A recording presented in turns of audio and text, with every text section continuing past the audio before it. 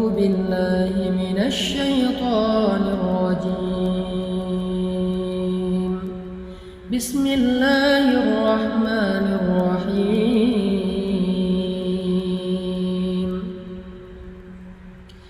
إن الإنسان خلق هلوعا إذا مسه الشر جزوعا وإذا مسه الخير منوعا إلا المصلين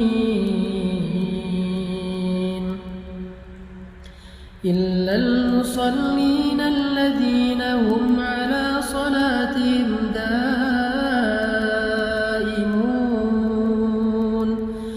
والذين في أموالهم حق معلوم للسائل والمحروم والذين يصدقون بيوم الدين والذين هم من عذاب ربهم مشفقون إن عذاب ربهم غير مأمون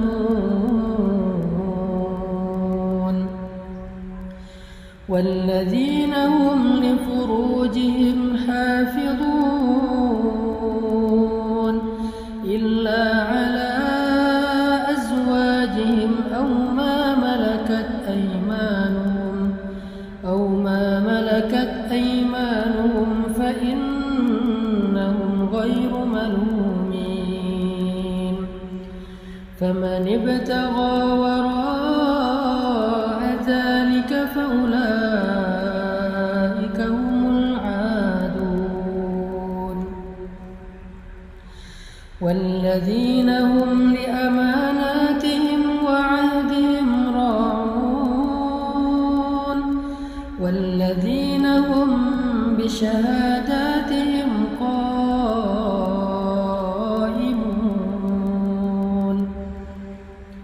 والذين هم على صلاتهم يحافظون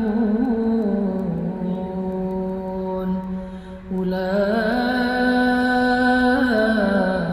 في جنات مكرمون. Sadaqallahul Azim. Teman-teman yang dirahmati Allah Subhanahu wa taala, itulah salah satu paragraf di dalam Al-Qur'an yang menjelaskan tentang fiqhul masyair, fikih perasaan. Bahwa Allah Subhanahu wa taala menjelaskan manusia itu secara jiwa atau perasaannya, lebih tepatnya mental atau perasaannya itu pada dasarnya labil. Allah menggambarkan labil ini dengan istilah halua. Dia tuh mudah sekali berubah dan mudah sekali terguncang. Ketika dia dikasih kesusahan, dia menjadi berputus asa, berkeluh kesah, melemah, dan ketika diberikan nikmat, dia menjadi orang yang lupa diri, kikir, sombong, angkuh, dan sebagainya. Itulah sifat dari mental manusia yang labil, yang halua kalau dalam bahasa surat Al-Ma'arij. Kalau dalam bahasa surat An-Nisa itu diistilahkan dengan muzabzabina baina dzalik, terombang-ambing, nggak stabil gitu. Kita bisa rasain sendirilah gimana mudahnya mental kita drop. Kadang-kadang pemicunya kecil, sederhana, tapi langsung tersulut, akhirnya terbakar. Hanya gara-gara orang klakson, kita jadi marah. Hanya gara-gara orang salah belok, kita jadi marah. Hanya gara-gara orang telat jalan ketika lampu hijau, kita jadi marah. Hanya gara-gara orang ngedim pakai lampu sorot, kita marah. Dan marahnya kita kadang-kadang yang rugi bukan orang itu, bukan orang lain. Yang rugi diri kita sendiri dan orang-orang yang semobil dengan kita di jalan. Di rumah juga kayak gitu. Kita sering marah itu dengan pemicu-pemicu yang kecil. Hanya gara-gara pasangan kita wajahnya mungkin lagi nggak terlalu ceria, kita jadi bete. Hanya gara-gara mungkin anak kita bangun tengah malam, kita jadi bete. Anak kita rewel, kita jadi bete. Salah ngomong seorang pasangan, kita jadi bete. Itu yang disebut dengan jazua, halua, mudah sekali untuk drop, mudah sekali untuk bete, mudah sekali untuk kepancing, mudah sekali untuk marah, mudah sekali untuk apalagi tersinggung, sakit hati, baper, dan seterusnya. Itulah yang disebut dengan halua, jazua, berkeluh kesah. Di sosmed apalagi? Namanya orang, followers, saya posting tilawah Al-Quran aja ada yang dislike. Padahal yang diposting itu bukan konten-konten yang kontroversi, bukan tilawah Al-Quran. Ya mungkin dia dislike karena menurut dia saya ada yang salah baca mungkin, atau ada yang nggak fasih tajwidnya, Allahu alam. Tapi ya itu kadang-kadang bikin kita ngerasa kayak sedih gitu. Itulah sifat dari mental manusia. Mudah banget kepancing, mudah banget terluka, mudah banget kegores. Sampai para ulama mengatakan hati kita itu kadang-kadang lebih rentan daripada kaca. Jadi kalau kaca aja kemana-mana, kita kalau bawa itu selalu dikasih stiker fragile. Karena kita hati-hati menjaga kaca-kaca yang mudah pecah itu, maka hati kita lebih rentan dari itu, lebih fragile dari itu. Nah, fragile ini salah satu maknanya adalah jazua atau halua. Inilah sifat mental kita, masyair kita. Dan semua orang mengalami itu, apalagi kita yang manusia biasa, pasti sering kayak gitu. Kadang-kadang kita kayak suka sedih ya, kok saya jadi lemah gini ya, kok saya jadi baperan banget sih, kok saya gampang malah kepancing sih. Pas sudah sadar kita jadi sedih, pengen berubah tapi susah. Dan semua perasaan-perasaan yang gak normal ini, yang gak stabil ini akan merusak hubungan kita dengan orang-orang yang kita cintai. Makanya fikih masyair itu penting, fikih perasaan itu penting. Labilnya kita membuat hubungan kita dalam pekerjaan dengan partner kita, dengan teman-teman kita itu jadi nggak mudah. Jadi kondisi halua dan jazua mental kita itu sebetulnya masalah yang membuat hidup kita nggak nyaman. Bersosial media nggak nyaman, di grup nggak nyaman, di rumah nggak nyaman, di jalan nggak nyaman, berteman nggak nyaman, punya keluarga nggak nyaman, dengan mertua nggak nyaman, dengan orang tua sendiri nggak nyaman, dengan siapapun nggak nyaman, karena memang hati dan mental kita itu halua, jazua, kurang woles, kurang easy going. Innal insan khuliqa halua. Idza massahu syarr jazua wa idza massahu khair.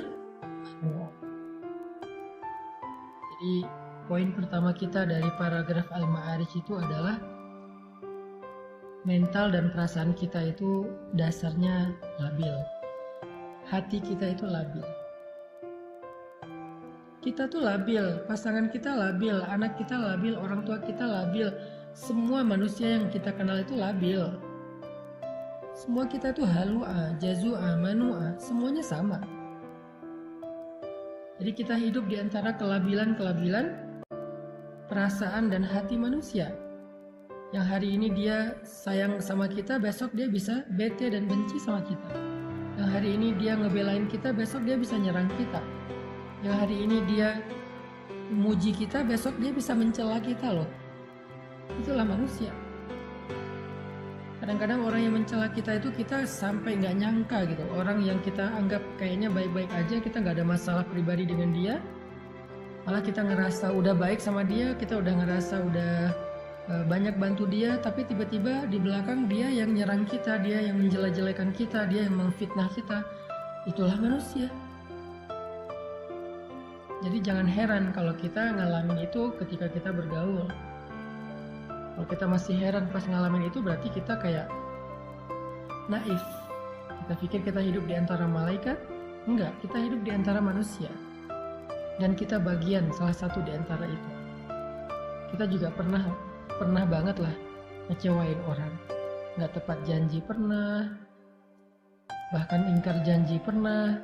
Kalau nggak tepat janji meleset, kalau ingkar janji ya sengaja aja nggak mau menunaikan janji. Marah-marah pernah, mencela pernah, apalagi menghina pernah. Banyak kok kekecewaan yang pernah kita lakuin kepada orang lain. Jadi jangan heran kalau dalam kehidupan yang labil ini kita melihat seseorang berubah dengan cepat. Itu jangan heran. Toh kita juga kayak gitu.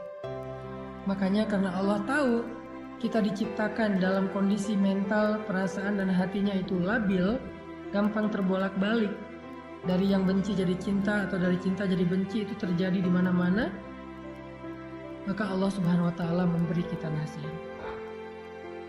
Di dalam surat Al-Ma'arij. Karena Al-Qur'an itu adalah tazkiyatun nafs, obat bagi jiwa, syifa'un lima fis sudur, obat penyembuh bagi penyakit-penyakit yang ada di dalam dada, penyakit hati, penyakit perasaan. Al-Quran adalah penyembuhnya. Bukan hanya dawa, tetapi syifa. Kalau dawa itu obat, kalau syifa itu penyembuh. Kalau dawa, obat belum tentu sembuh. Kalau syifa, Allah menjamin akan sembuh. Kalau kita benar-benar memahami dan mengamalkan Al-Quran. Gimana cara memahami dan mengamalkan Al-Quran sementara membaca aja nggak ngerti? Itulah kenapa kita harus belajarnya bareng. Jangan belajar sendiri secara otodidak, ntar salah paham. Kalau dengerin booster, dengerin ceramah yang sifatnya adalah penyemangat, kayak kendaraan tuh dikasih bahan bakar. Kendaraan kalau nggak ada bahan bakar, nggak akan jalan, kecuali dengan cara didorong, capek kan? Tapi ada bahan bakar, jalan. Kalau nggak punya setir, nggak punya lampu, itu bisa masuk jurang, bisa masuk selokan, bisa kecelakaan. Nah, belajar secara serius kepada ustadz, guru, ulama, itu sama seperti kita menyalakan lampu mobil dan pakai setir. Sehingga kalau jalannya gelap, jalannya belok-belok, kita tetap bisa on the track. Maka, booster adalah spirit yang menyemangati kita dalam beramal soleh. Tapi ilmu yang kita belajar seminggu 2 kali dengan live kayak gini adalah lentera. Lentera yang kita bawa untuk menjadi penunjuk jalan. Biar kita nggak salah jalan. Kalau kita udah tahu jalannya, booster yang ngedorong kita untuk bergerak. Dua-duanya penting. Jadi Al-Quran, dengan kita belajar serius seperti sekarang, walaupun saya berusaha sebisa saya menggunakan bahasa yang gampang, yang mudah, yang sederhana, tapi kontennya tetap substansial, tetap bedah Al-Quran. Cuman dengan bahasa sederhana yang saya mampu, sesuai dengan bahasa sederhana ketika saya lagi nongkrong bareng dengan teman. Saya nggak mau bahasanya kayak bahasa mimbar banget, bahasa pesantren banget, bahasa kampus banget. Mungkin teman-teman bakal ngerasa kayak berat banget sih pembahasannya. Tapi kalau gini kan kita kayak lagi ngobrol di tongkrongan kita. Tapi pembahasannya Al-Quran. Kayak gini kita belajar. Supaya apa? Supaya dapat lentera. Dapat petunjuk, dapat cahaya dalam berjalan di dalam kehidupan kita. Nah, Allah Subhanahu wa taala menjadikan Al-Quran itu sebagai petunjuk. Hudan lil muttaqin, hudan linnas wa bayyinatin minal huda wal furqan. Al-Quran itu petunjuk. Dan ketika kita pengen mengambil petunjuk Al-Quran, caranya gak cukup baca sendiri. Kita harus membedahnya dengan tafsir, tadabbur, tafakkur, dan seterusnya. Bersama seorang guru. Malam ini kita belajar seperti malam-malam yang udah lalu tentang petunjuk perasaan. Gimana cara mengatur perasaan kita biar hidup kita nyaman. Karena kenyamanan hidup diawali dari dalam diri kita, bukan dari faktor fasilitas yang ada di luar kita. Ada orang yang bahagia walaupun hidupnya sederhana. Ada orang yang sengsara, sedih, mengeluh walaupun dia hidup dalam istana. Kasihan nggak tuh orang hidup dalam istana tapi mengeluh. Orang hidup di gubuk sederhana tapi dia bahagia. Karena orang lupa kebahagiaan itu sumbernya ada di sini. Bukan di rumahnya seperti apa, mobilnya kayak gimana. Buat saya, ternyata bahagia itu sumbernya bukan di dalam fasilitas hidup, tetapi di dalam hati kita. Selama hati kita bisa dibahagiakan, maka kita akan merasa cukup dengan apapun. Jadi, kalau pengen bahagia teman-teman, yang pertama harus kita rawat itu adalah hati dan perasaan kita, bukan tubuh kita. Tubuh kita perlu dirawat, iya banget, tapi itu bukan yang paling utama. Itu perlu, tapi ada yang lebih perlu. Kalau pengen hidup bahagia itu, belajarlah merawat hati dan perasaan kita, jiwa dan mental kita. Dan gimana cara ngerawat hati dan perasaan, jiwa dan mental kita? Bukan dengan skincare, bukan dengan kendaraan baru, bukan dengan aksesoris, bukan dengan fasilitas hidup. Jiwa dan perasaan kita itu dirawat dengan iman, memperbaharui iman. Bukan dengan jalan-jalan, Ustaz. Bisa, tetapi enggak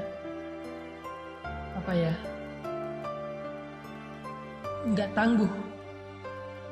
Bukankah kita kadang-kadang bete gara-gara jalan-jalan, macet, apalagi yang tinggal di kota-kota besar, baru keluar rumah udah macet, udah capek-capek macet-macetan, sampai di sana cuman sebentar udah tutup. Dan banyak lagi masalah-masalah teknis terjadi. Jadi yang harus di happy-in itu bukan zahirnya dulu, tapi batinnya. Dan sumber kebahagiaan batin itu kalau kita pengen belajar, apalagi setelah hidup kita rumit seperti sekarang setelah kita dewasa. Kalau anak kecil mungkin lebih gampang happy lah ya, hidupnya nggak rumit. Tapi setelah kita dewasa, hidup kita udah rumit, kita butuh solusi ekstra. Kalau anak kecil sekedar bisa main aja udah happy dia. Kalau kita kan nggak. Maka kita butuh Al-Quran, kita butuh ilmu, kita butuh pembaharuan iman, kita butuh booster, kita butuh nasihat, kita butuh fikih perasaan. Itulah yang membuat kita bisa merasakan kenyamanan hati. Allah Subhanahu wa Ta'ala mengajarkan kepada kita di dalam surat Al-Ma'arij gimana caranya biar mental, jiwa dan hati kita tuh stabil. Nggak halu, ajazu, amanu, dan seterusnya, tapi dia stabil. Gimana caranya? Kata Allah, illal musallin, kecuali orang yang sholat. Pada dasarnya manusia itu labil, dikasih ujian labil, dikasih nikmat labil, dikasih ujian ngeluh, putus asa, dikasih nikmat lupa diri, sombong, dan seterusnya, kecuali illal musallin, orang yang sholat. Illal musallin, kecuali orang yang sholat. Sehingga bagi orang yang beriman, sholat itu adalah rahatul qalb, rahatun nafs. Sholat itu adalah rehatnya hati, rehatnya jiwa. Ketika jiwa dan hati kita merasa lelah dan capek, maka sholat adalah istirahatnya.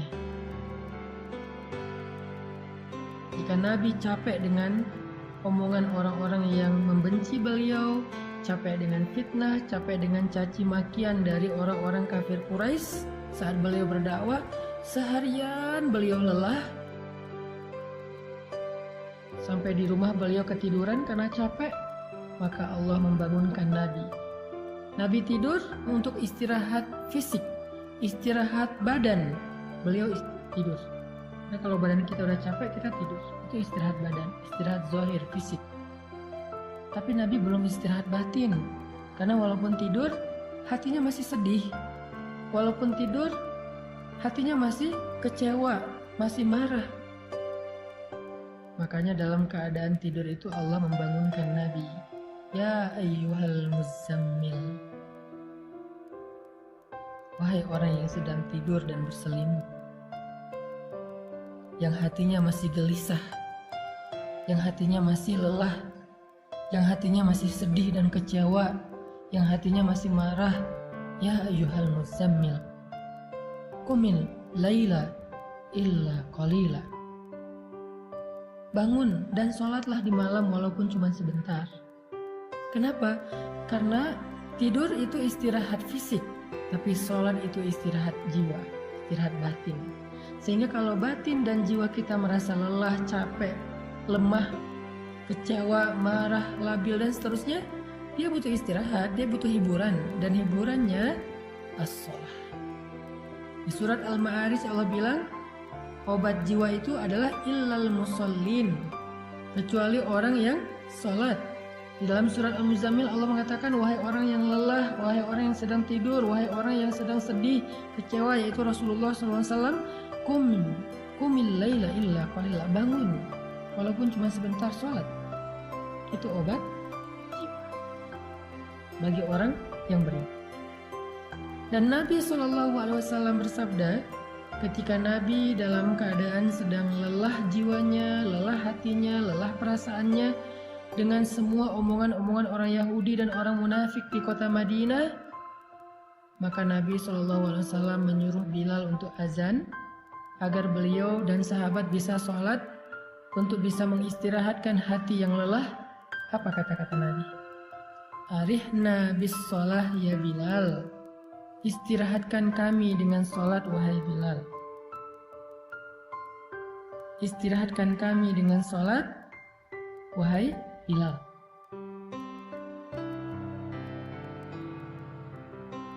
Nabi nggak mengatakan wahai Bilal azan, enggak. Nabi bilang istirahatkan kami dengan sholat wahai Bilal. Maksudnya apa? Jiwa kami capek, hati kami lelah, perasaan kami terganggu, mental kami sedang lemah. Maka istirahatkanlah jiwa, mental, perasaan dan hati kami wahai Bilal dengan sholat azan maksudnya. Dan Bilal faham, sehingga akhirnya Bilal wudhu, langsung Allahu Akbar, azan. Hayya 'alas shalah.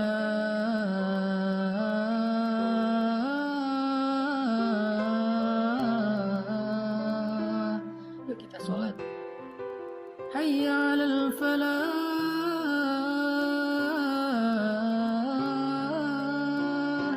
Yuk kita memperoleh kemenangan, kebahagiaan, keberuntungan. Jadi bagi orang yang beriman, sholat itu adalah istirahat.